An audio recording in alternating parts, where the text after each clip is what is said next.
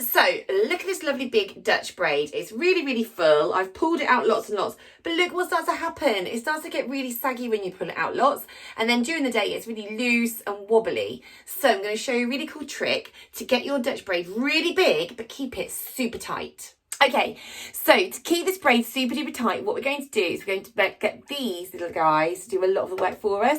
We're going to make lots of little ponytails all the way down the back of the head. When we get around the ear, like you've seen in my other braiding videos, we're going to go around from the same place, and we're going to be curving around the shape of the head, because that's the way we keep it nice and tight to her head all the way down, and we don't get a saggy neck, because nobody wants one of those girls. Okay, so I'm going to go ahead now and I'm going to do that. I'm going to do it quite quickly, speed it up through so you can see me adding all those elastics now.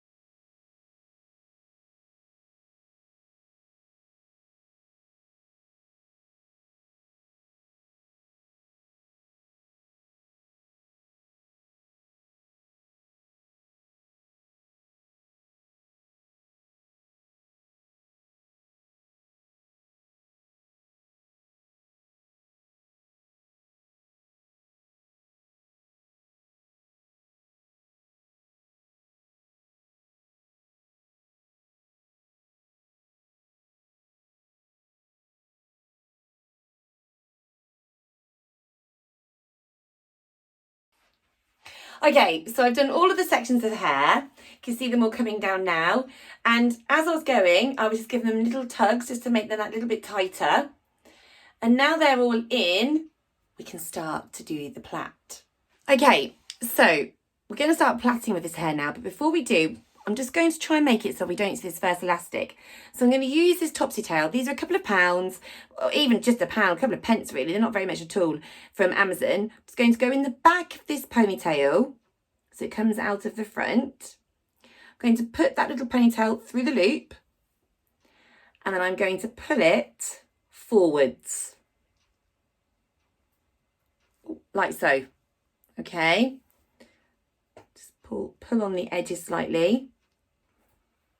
Okay, so now I've pulled the ponytail through, we're going to put it back over her face. We're going to split the hair into 3 pieces, and we're going to start a Dutch braid. So to do a Dutch braid, you're going to go under the centre strand each time. Click over here or in the description box below and you will find a more in-depth version of how to hold the hair and how to swap your hands and fingers. But basically you're going to take the outside strands under the centre strand, outside strand under the centre strand. I'm going to do it one more time, going under the centre strand.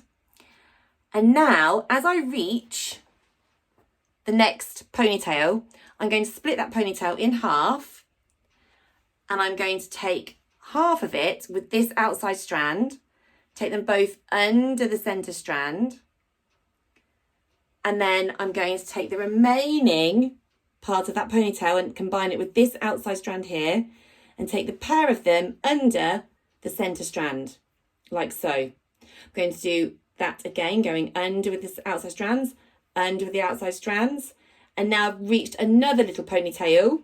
So what I'm going to do now is I'm going to split this little ponytail in half, and I'm going to combine, and I'm going to add half of this ponytail with this outside strand, take them both under, and then I'm going to take the other half of the ponytail, combine it with this outside strand, and take that under the centre like so.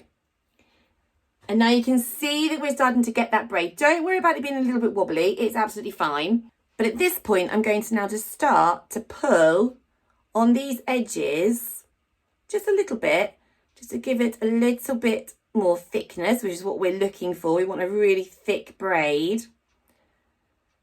But you don't need to worry about these edges becoming loose, because the elastic bands are doing a great job for us. They're holding it all in place.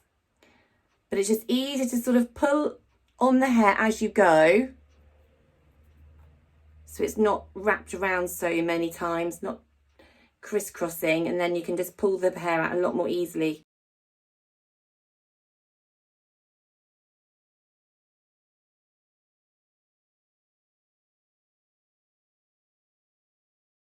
So we've got a really big braid now, really huge, nice and tight all the way down. But what we're going to do is sometimes you can you see those elastics slightly? So we're going to come back with some bobby pins.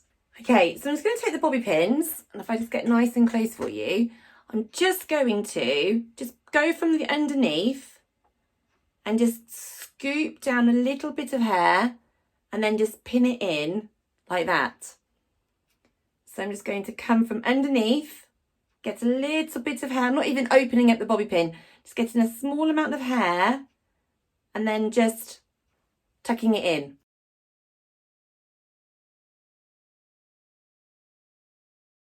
Okay, so if you enjoyed this tutorial, please like it, leave me a comment. What would you like to see next? Has this trick helped you? If it has, let me know. The person that showed me this trick was Beth from Sweet Hair Design, so be sure to check her out. I'll put a link on the end of this video for her. But here is the final spin, so you can see how big we can get this braid. Super duper big. And if you've got a texturizer, you could always texture the hair first as well and make it even bigger. Okay, so until next time, take great care, subscribe for more, and I'll see you soon. Bye.